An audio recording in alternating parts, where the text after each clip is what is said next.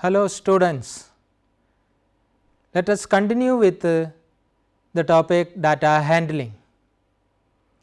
This is the second episode in data handling. In our previous episode, we have learned about how to draw a bar graph, how to draw a double bar graph, and also how to draw a pie chart. Not only that, you have also learned how to interpret the data when the data is given in the graphical form. In the present episode, let us learn more about how to organize the data. After watching this episode, you should be able to distinguish between a raw data and a grouped data, organize the data into frequency distribution table, draw a histogram for a given data, draws conclusion from the given frequency distribution table or graph. Organization of data. Students, in your previous episode, we have taken a small quantity of data, but when the data is large, there is a need for organization of the data. Otherwise, making meaningful inferences and conclusions become very difficult. So, in order to organize the data, we may follow various procedures. For understanding that, let us start with an example. A survey was done in a class to know the fruit which they like most. The responses provided by the students, that is the data, is given as follows. You look into the data given.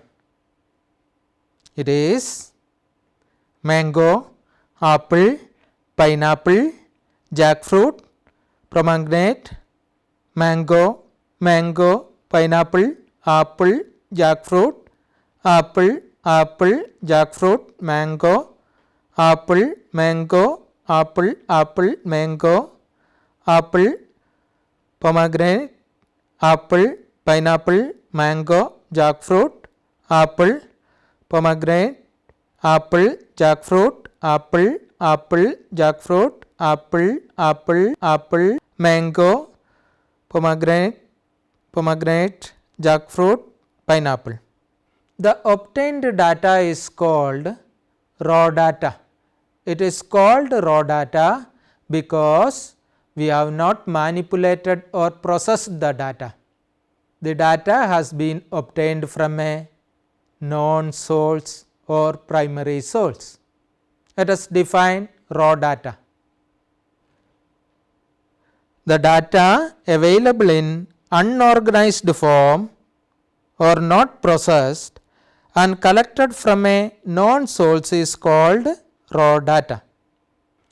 Look upon the data obtained here. If we want to know that which fruit is liked by most of the students, then it is very difficult to say, because the data is in a haphazard way. Unless it is organized, we will not be in a position to make various conclusions. This is how whenever we have a large data, we need to organize them.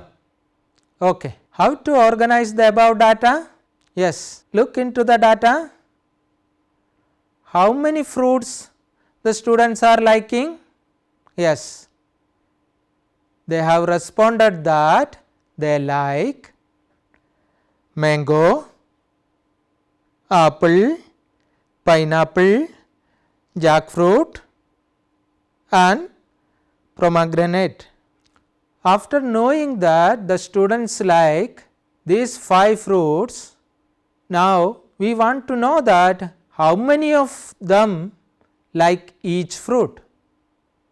For this, we need to prepare a table. A table we will prepare with 3 columns. In the first column, we will represent the fruit like mango, apple, pineapple, jackfruit and pomegranate. In the next column, we will mark it as tally mark. That means whenever an item appears, against that we will put a slash, or it is called one tally. Like that, one after the other we consider each item, then we put tally marks against their respective tally mark. One tally mark represents one occurrence of a particular fruit or one count, and it is used to represent it by a symbol slash. Now, you consider each fruit and put a tally mark against that fruit. Continue to do like this for all items. Now, look at the tally marks. Whenever the fifth tally mark comes, we put a cross diagonally to all the earlier 4 tallies and make a bunch of 5 tallies, so that it makes counting of frequency quite easy. And further, in the third column, you will write the total number of tallies against each fruit. We get the third column as 8, 16, 4, 7, 5. The total become 40. Once you obtain a table like this, then it is very easy to interpret the data. Let me ask, which fruit is liked by most of the students? What is your answer? Look into the table. It is apple. Which fruit is liked by least of the students? Yes, it is pineapple. So, you see, when it was presented in an unorganized manner, we were finding difficulty to interpret the data. But now, when we have made a frequency distribution table, then it is very easy to interpret the data. In the table, the number of students like each fruit, that is given in the third column, also called a frequency. So, let us know how to define frequency. A frequency is defined as the number of times a particular event or observation occurs. So, such table when we prepare by showing the frequencies, the table is named as frequency distribution table. The definition for the frequency distribution table is as follows. A frequency distribution table is a table which shows the frequency of the event or observation within a particular category or a group or a class. Students, now you have learned about how to organize the data and what are the advantages of organizing the data. Before going further, let me give you an activity. Conduct a survey among your class 8th students and collect data on which is the one subject that they like most and prepare a frequency distribution table for the obtained data. Are you clear? Let us continue with this organization of data. Look into another example. The marks obtained for 60 students in a class for the mathematics test out of 50 is given. Look into the given data. It starts from 21, 10, 30, etc., etc. It goes up to 17.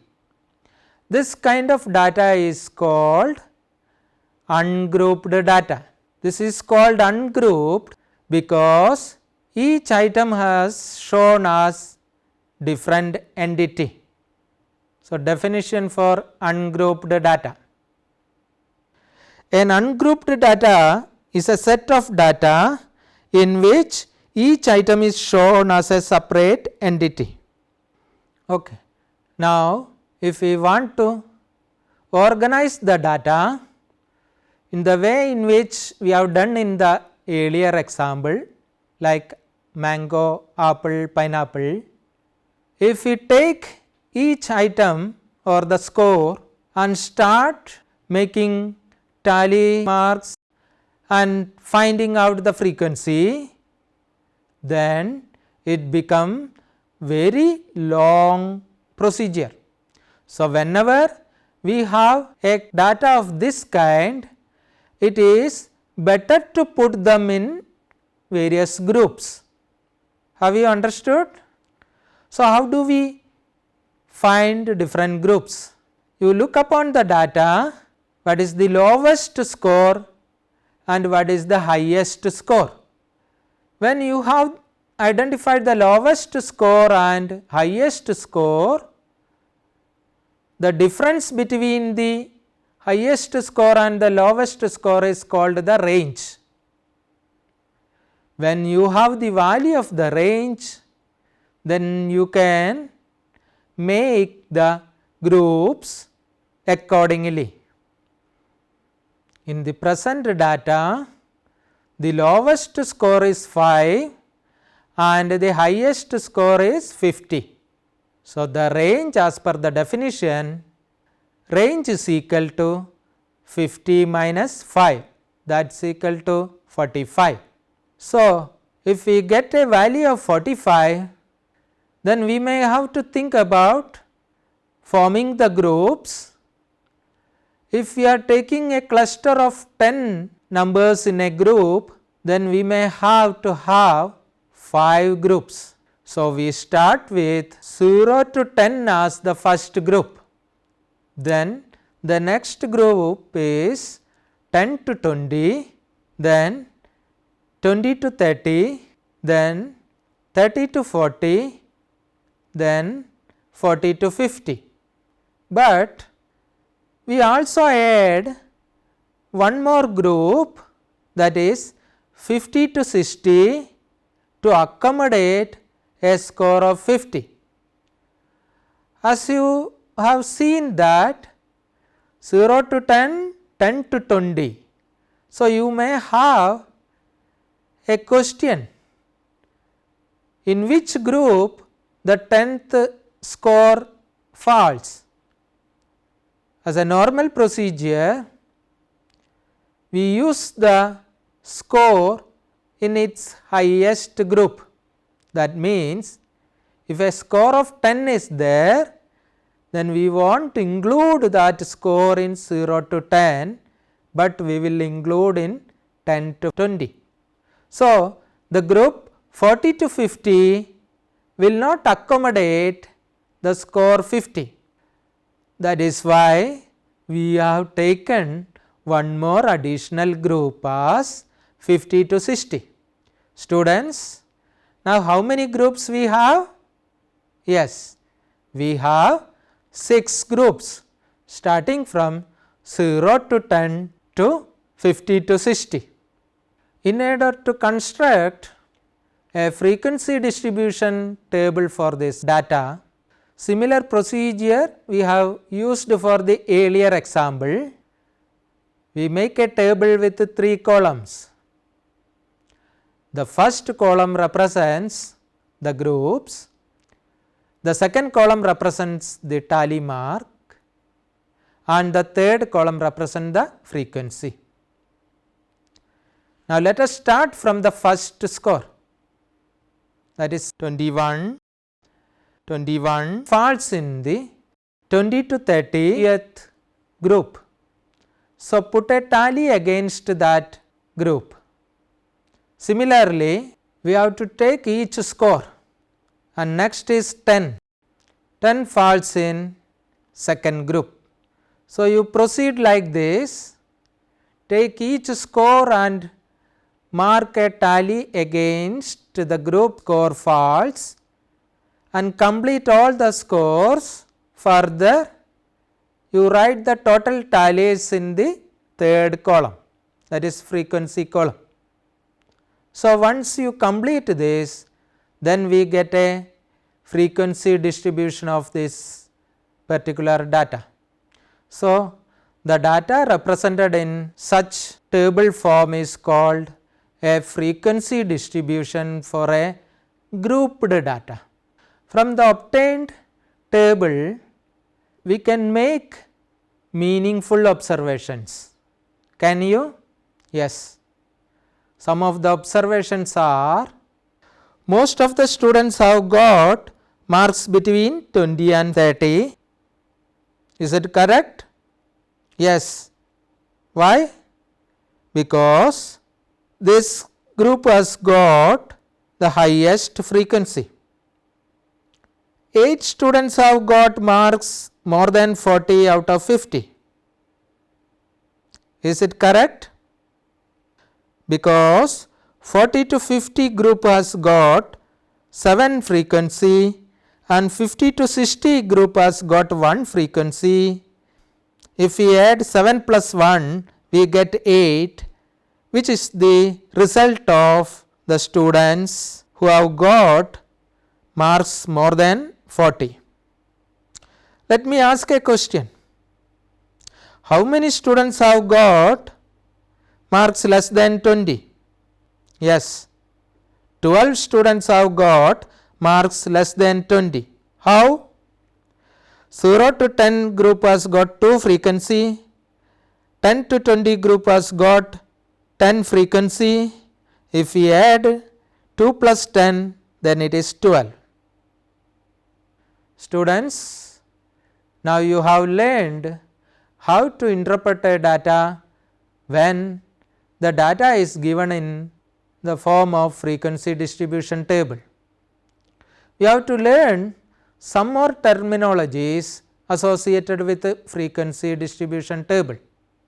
Look into the classes. We have taken 6 classes. The first class is 0 to 10 and the next class is 10 to 20 and third class is 20 to 30, etc. Here each group is called a class interval.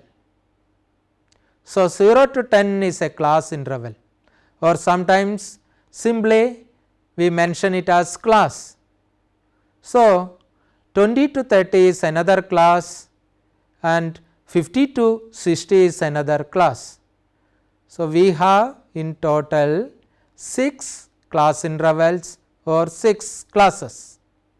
When you consider a class 20 to 30, 20 is called as the lower limit of the class and 30 is called as the upper limit of the class. Let us take another class 40 to 50. What is the lower limit of this class? Yes, you are correct, 40 is the lower limit. And what is the upper limit of this class? Yes, 50, you are correct. Further, the difference between the lower limit and the upper limit is called the class size or the width of the class. So, let us find out the width of the class here. Take the first class 0 to 10. What is the lower limit? Lower limit is 0. What is the upper limit? Yes, upper limit is 10. Now, let us calculate the class width or class size. Class size is equal to upper limit minus lower limit, that is equal to 10 minus 0 is equal to 10. Now, you look into the other class intervals. What is your observation? Yes, 10 to 20, what is the class width? again 10. Take the class interval 50 to 60, what is the width? Yes, again 10. So, what you can conclude from this? Yes, you can conclude that in a grouped frequency distribution table, the class width will be same for all class intervals. There are exceptional cases also that you will learn in your higher classes. So, when the data is represented in a frequency distribution table, you can make many more meaningful inferences. So, whenever we have a larger data, to organize the data, we take the help of frequency distribution table.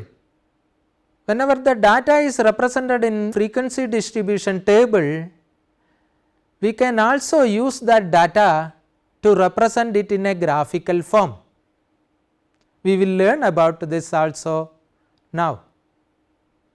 Graphical representation of frequency distribution table. In order to understand this, let us take the same example.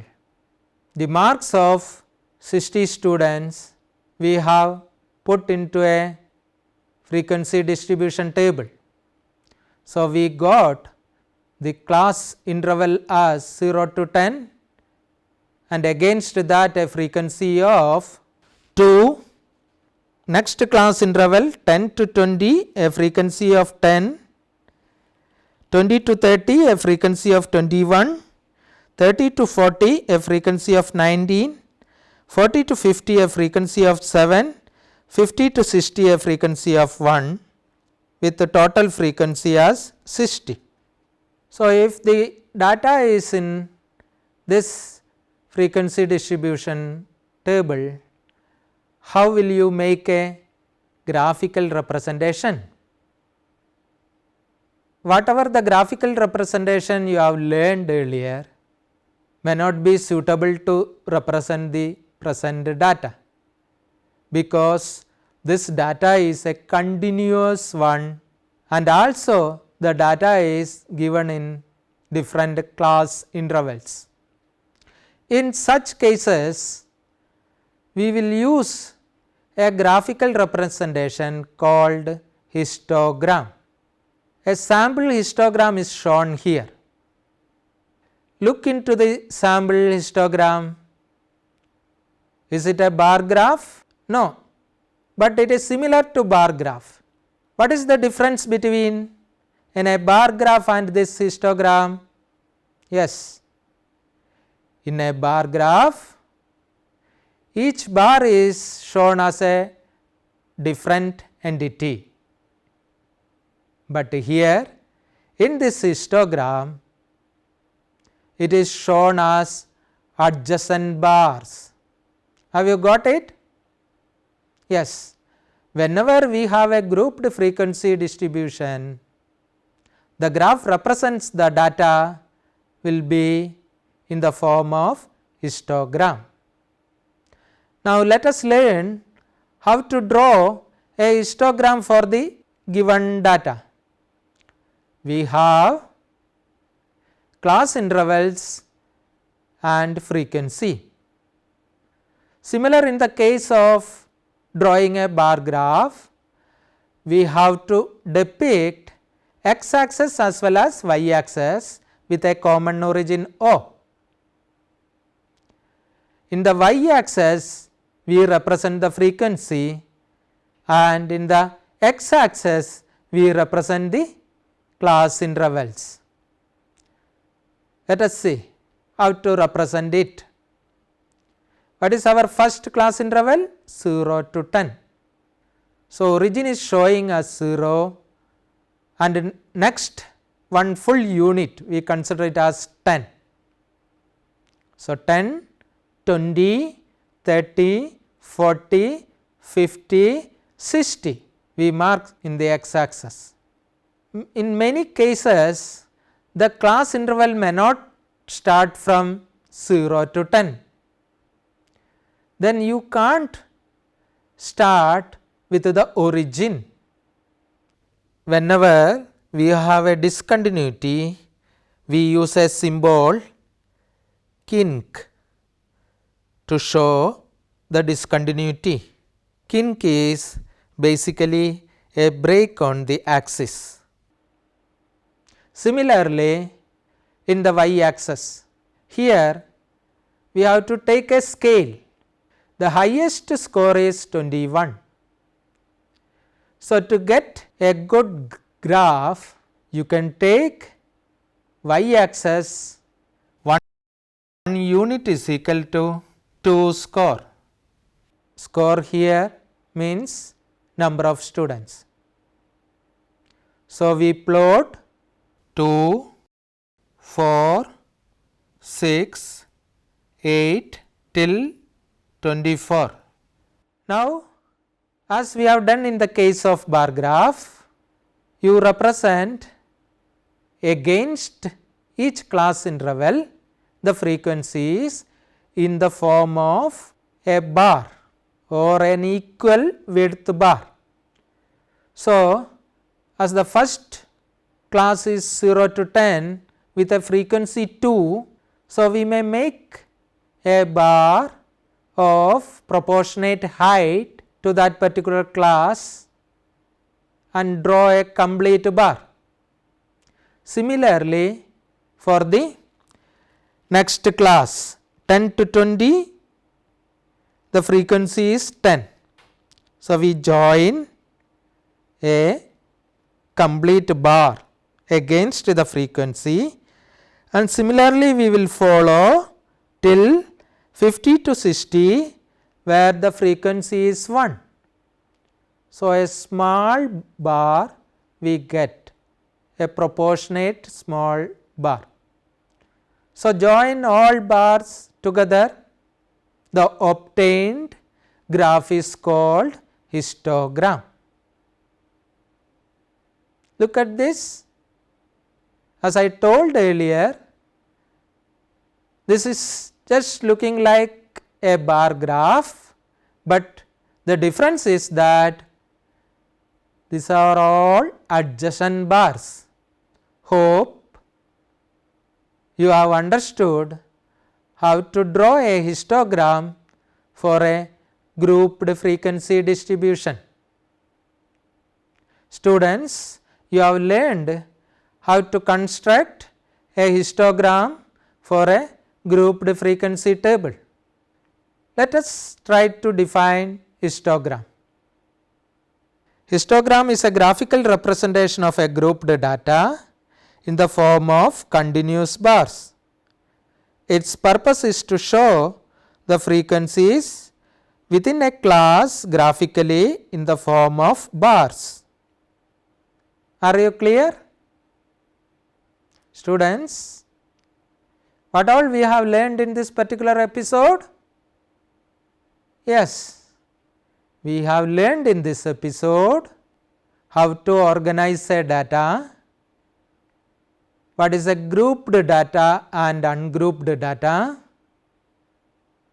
how to make a frequency distribution table, how to draw a histogram when the data is given in the form of grouped distribution.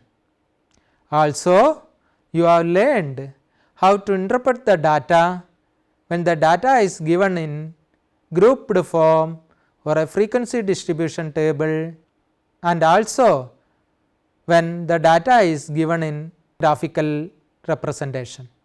Thank you.